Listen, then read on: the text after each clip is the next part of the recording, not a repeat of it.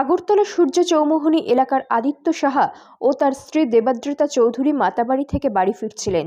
উদয়পুর বাগমা এলাকায় অপর দিক থেকে আসা গাড়ির সাথে সংঘর্ষ ঘটে, তাতে স্বামী স্ত্রী গুরুতর আহত হন। চিকিৎসকের মতে দেবাদ্রিতা ঘটনাস্থলেই প্রাণ হারান।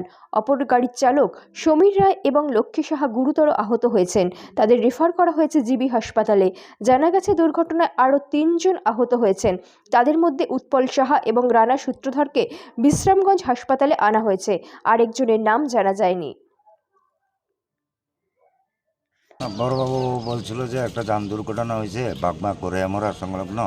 তো আমি টাপানিয়া ডিস্ট্রিক্ট হসপিটালে আইসি, আইয়ে দেখলাম যে একজন মৃত হয়েছে আর 3 জন মানে অবস্থা খারাপ, তাদেরকে জিবি হসপিটালে রেফার করা হয়েছে। টোটাল 4 জন।